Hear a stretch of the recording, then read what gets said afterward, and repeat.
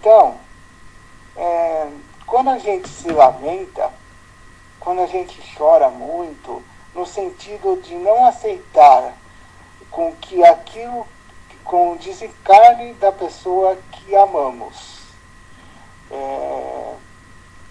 que a gente não aceita e a gente fica chorando, triste.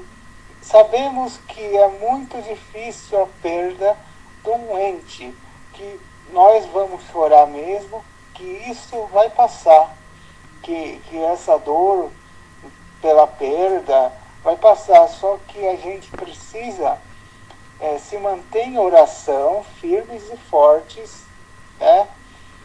Não se lamentar, né? Ficar se lamentando pela questão que aconteceu, porque atrapalha ao desencarnado e atrapalha a gente. E a gente acaba sem querer, quando a gente pensa muito no desencarnado, no nosso irmão que desencarnou por algum motivo, por alguma coisa, a gente acaba puxando ele e obsediando ele. Porque a gente não aceita, entendeu? A gente fica preso e a gente fica pensando, às vezes, quando a gente pensa demais nele, puxa, com aquele sentimento assim, e acaba fazendo mal, porque o desencarnado, às vezes, ele está lá em tratamento no hospital do outro lado e a gente acaba atrapalhando ele e atrapalhando a gente, porque a gente se sente cansado, que a gente pode sentir pela questão daquilo que ele foi embora, pela doença, por exemplo, se ele foi com problema respiratório, a gente pode, se a gente puxar ele, ele pode encostar na gente, assim, o espírito dele pode encostar e a gente sentir os sintomas que ele foi embora. Então não é bom nem para o encarnado, nem para o desencarnado. A gente tem que deixar os desencarnados e orar por eles. Deixa eles lá. Deixa que os desencarnados cuidam dos desencarnados. Ou seja, os doutores, médicos do espaço cuidam deles. A gente não pode, porque a gente atrapalha a gente e atrapalha eles. E daí a gente vai ficando doente. Daí a gente vai ficando com aquela coisa assim, pode vir doença, um monte de coisa. E daí a gente, por causa da preocupação, da tristeza, tudo isso acontece. Então temos que, eu volto a dizer, fazer leituras edificantes. O Evangelho segundo o Espiritismo é um ótimo livro para que a gente possa ler. Por quê? Porque ele vai ajudar na nossa caminhada. A gente vai ler, a gente vai sentir a presença da espiritualidade nos ajudando naquele momento. E as lições que estão no Evangelho, com certeza, fortalecerá o nosso coração. E a gente vai se sentir bem melhor. Então, temos a necessidade de estarmos focados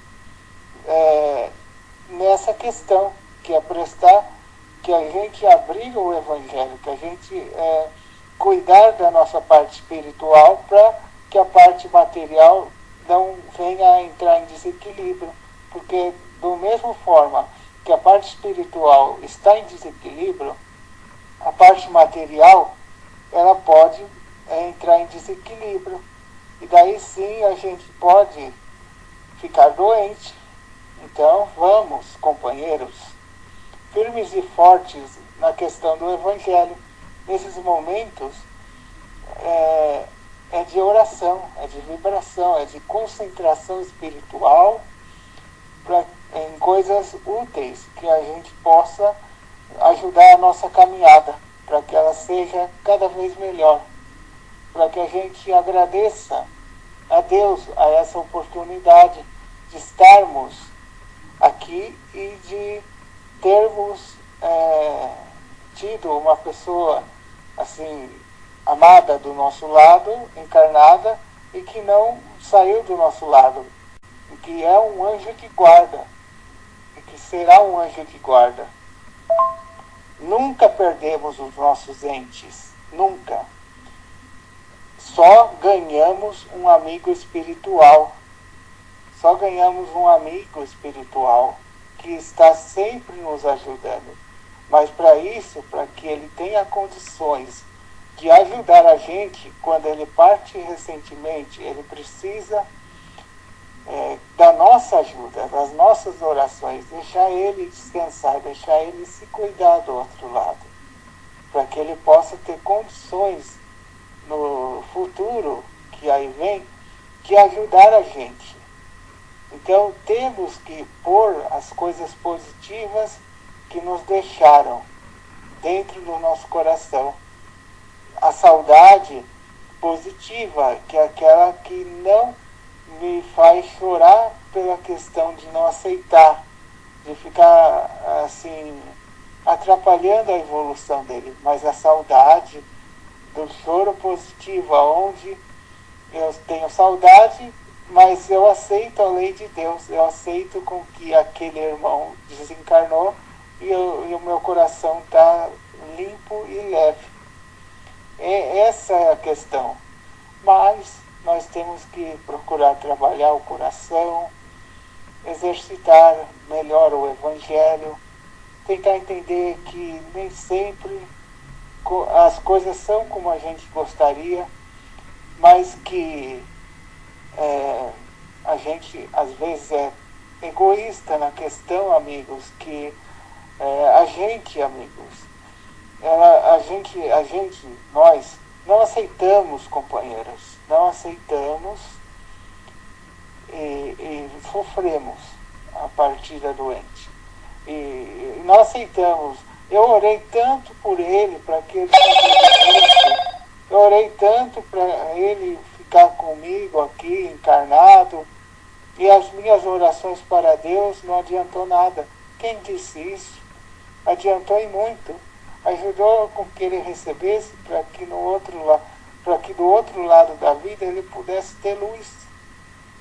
As nossas orações, mesmo os nossos irmãos desencarnando, eles estando desencarnando ou desencarnados, ajuda aí muito para que eles possam ter luz do outro lado.